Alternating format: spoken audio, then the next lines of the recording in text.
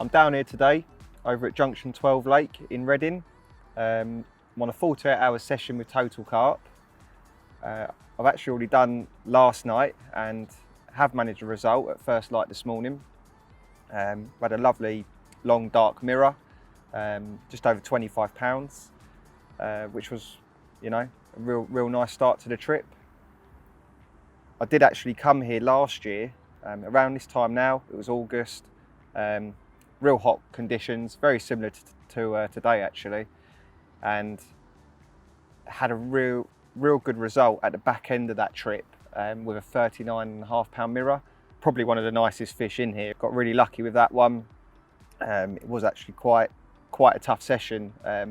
Like I said, I managed that in the last hour of the trip.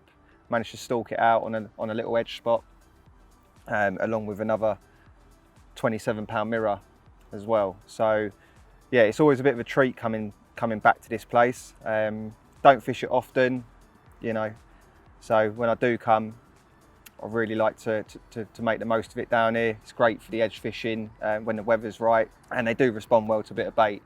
They definitely seem to like boilies, so that's kind of the approach that I've gone for this trip as well, based on the knowledge from the previous. So that 48-hour session last year proved to be quite a tricky session.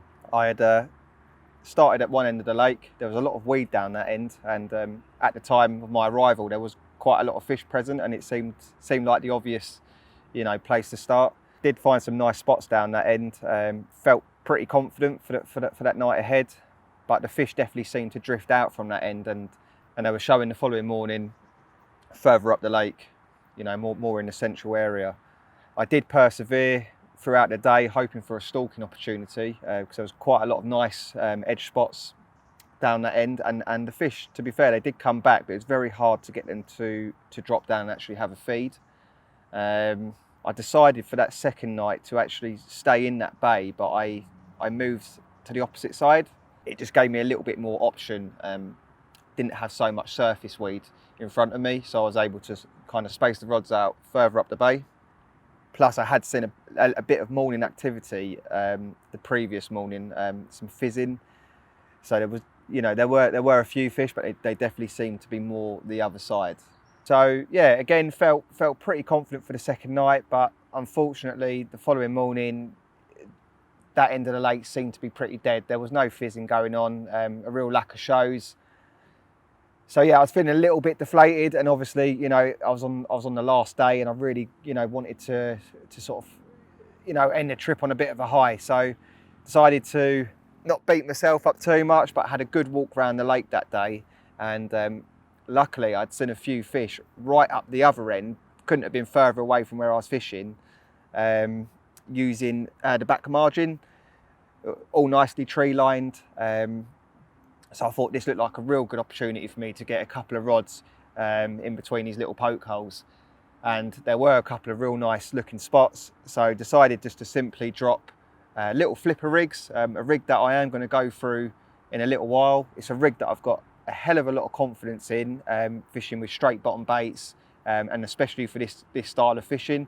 I feel like on those shallow edge spots, on those real clean spots, I don't feel like the fish see it as so much as a threat in comparison to like a pop-up or, like a wafter. This is just a straight out the packet, 20mm bottom bait over a small handful of freebies. And yeah, so they were basically the traps were set. That was the tactics that I went with. And luckily it didn't take long to get the first bite, maybe 45 minutes. Turned out to be an old character, an old friend actually. Caught him on a session that I'd done the year before, which was my first ever trip down here. A funny old sort of deep-bodied 27 pound mirror. Wasn't ideal because I've already caught him, but he did save a blank. But little did I know, 15 minutes after putting that fish back, the other rod had ripped off, and yeah, now I was doing battle with clearly a good fish. This fish was very, very powerful. Yeah, I had a real good scrap with this fish. I remember I'd be gaining on it, and then it would strip sort of probably a good 40 yards of line.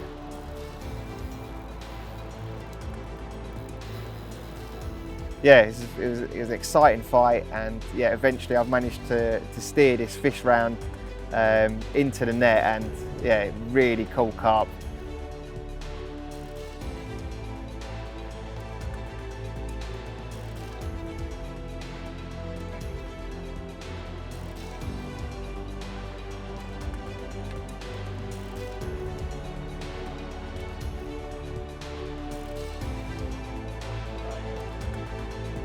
Just noticed great big scales across the shoulder, had real sort of length to it, real good proportions.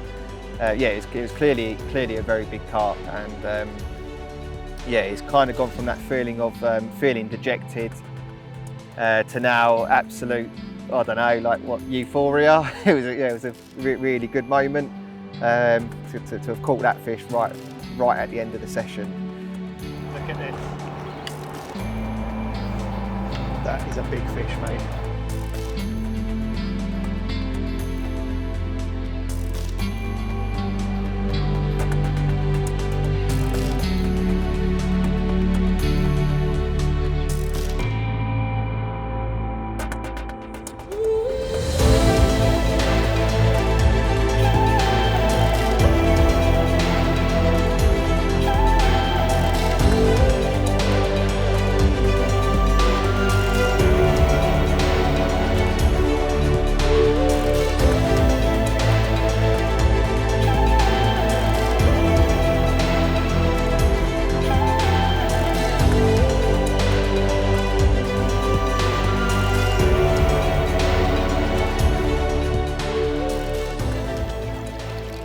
There you go, one of Junction 12's finest, an incredible 39.5 mirror carp.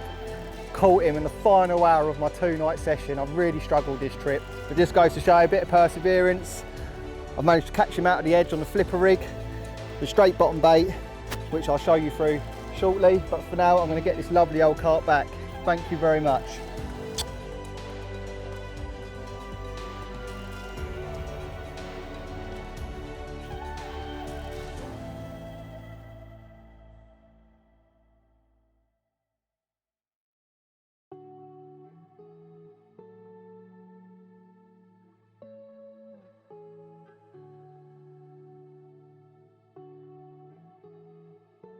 So the flipper rig is a rig that I've gained quite a lot of confidence in for a few years now, and it's a rig that I'll always use when fishing in the edge, simply because it is just such a simple rig. I feel like you hear all the time people getting done in the edge, and I think a lot of the time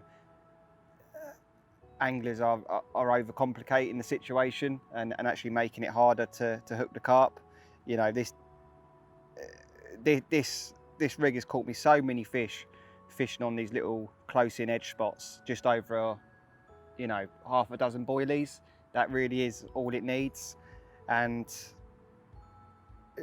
you can see here that I'm actually using quite a big hook bait. It's a 20mm boilie straight out of the bag. You know, completely the same as the freebies, and I feel like the bigger, the heavier the hook bait, the more effective this rig becomes. It really helps to turn the hook, and as you can see here, trapping that silicone right round the bend here, that really ensures that hook will turn every time that the fish sucks it in. Yeah, it's proven to be a really effective rig for me. It seems whenever fish do come in over a spot, generally I will get the pick up. I haven't actually noticed being cleaned out yet, so you know, you can't really ask for much more than that, and for that reason I'll continue to use this rig, and yeah, can't really ever see me changing from it, to be honest with you. I'll go through how I like to tie this rig. You know, you would have seen it before. It's nothing new. It's nothing that I've come up with. It's a rig that's been around for years, and you know, for good reason. You know, I don't think it's overly popular these days, which isn't obviously a bad thing for myself because I really like to use it. But how I like to tie it is, you know, you can see here I'm just using it with a very soft braid. I like the 20 pound dark matter, simply because with it being with it just being a braid, this is actually a very heavy braid. So no matter how it drops onto the spot, that braid will always lay flat on the bottom, even if it loops up on itself, because you know, it's a very heavy braid. But also, you know, plenty of suppleness there and movement. I like to fish the rig quite short. The rig in total is 7 inches. So from the loop here to the hook, it's 6 inches, and then I like a nice, you know, I like a nice bit of separation between the hook and the hook bait. So the hair length is 1 inch, totaling, you know, as I just said, 7 inches. You know, I like that extra movement there. I feel like it gives the hook a far better chance of a good hook hold, you know, being that little bit further away. Yeah, I feel if the bait's too tight, then, you know, that may hinder a hook hold, or, you know, the fish may just spit it out, you know, without getting hooked. So yeah, it's a very simple rig to tie. It literally takes 2 minutes. So I just start off by obviously tying the loop for the hair, and then you can see here that I've trapped the hair with a small piece of, I think it's 0.5mm silicone. So you want to position that right around the bend of the hook, and that will really help that hook to turn.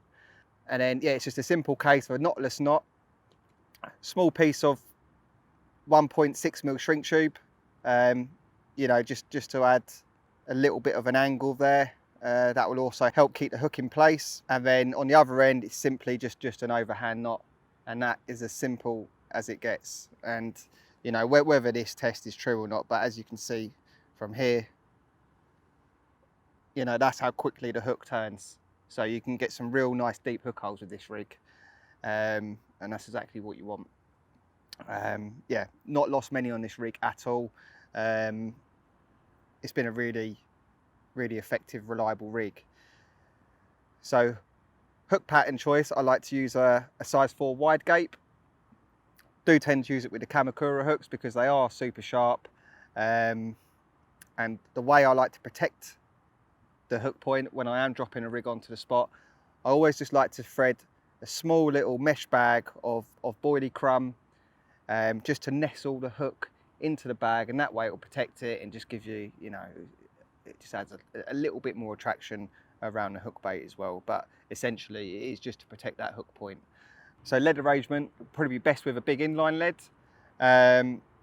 or you know, I happily use it with a lead clip as well, with one of the heli leads, just because there's not as much movement with those leads compared to like a swivel lead. That way you're getting instant, as soon as the fish picks this up, with it being quite a short supple rig, it wafts it back into the mouth and instantly hits that heavy lead, and you know, they should be in trouble by then. And yeah, so far it's proven to be effective, and that's what I caught that 39.5 pound mirror on last year. And I've caught plenty of other carp on this rig from lots of tricky venues, and I'm sure it will continue to work for me.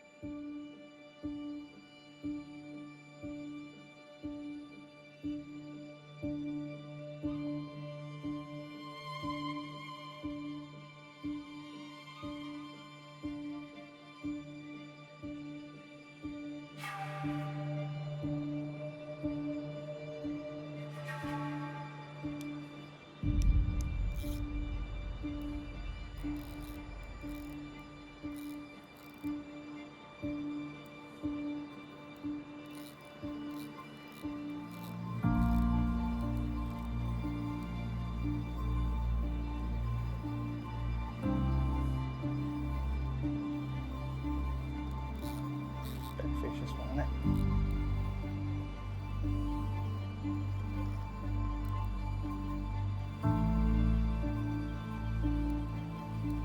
Certainly holding his ground out there.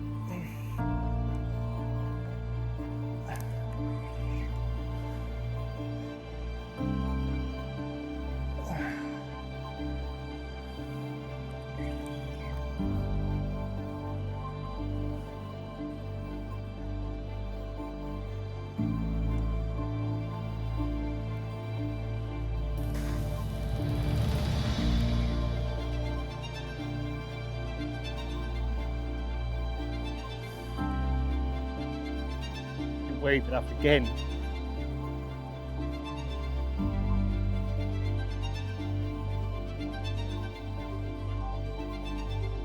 Come on, you stubborn.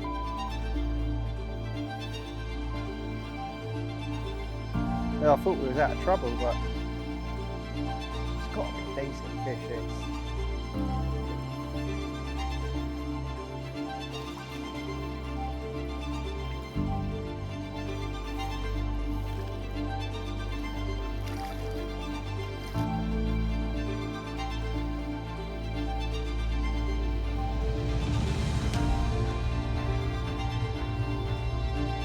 Right, this is solid, mate.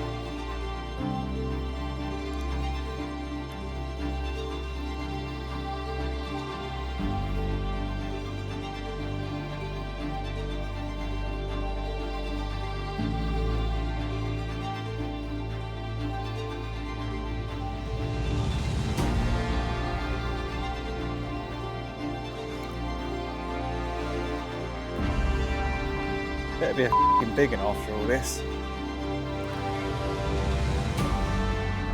Got some power, hasn't it? Jesus Christ.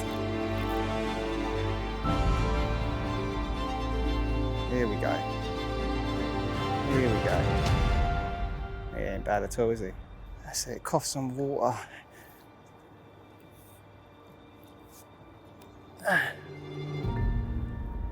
Oh, bloody hell, what a relief.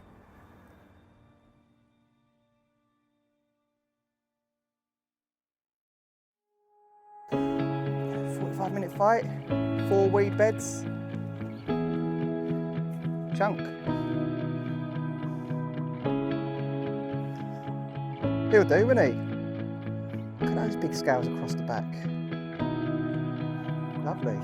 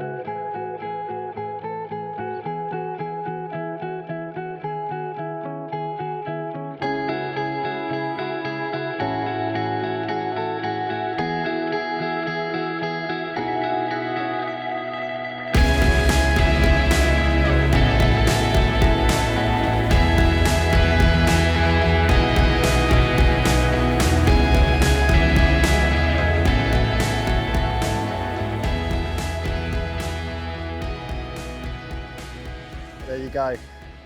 I thought it felt like a better fish from the start. Probably ended up taking about 45 minutes to land this one, but after a bit of perseverance, managed to free him out of the weed, and yeah, managed to get this one safely into the net, which made up for this morning's loss. This one definitely felt like the bigger one out of the two, so I feel like I definitely landed the right one. Yeah, absolutely made up. Another lovely Junction 12 mirror. This one going 34 pounds. Real cool carp, lovely big scales across the back. Type of fish you come to this lake for.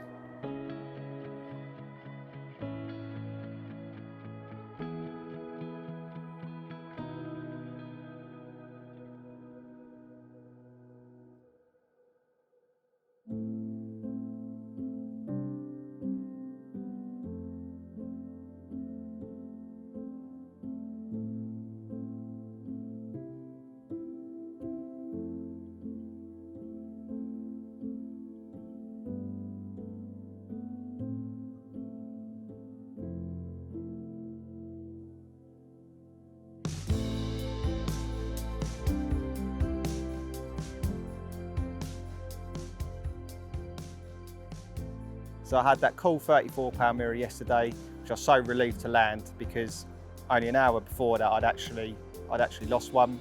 Only felt like a small fish, clearly didn't have a good hook hold. It fell off quite quickly. Hook come back bird, so I can only imagine I'd you know, I'd hit a bit of bone, and yeah, and then obviously that 34 pounder caused me a lot of problems in the weeds, but after a bit of perseverance, managed to land it. Yeah, I was really chuffed with that one. And following on from that, I actually managed to stalk one out of the edge. Again, on the old faithful flipper rig.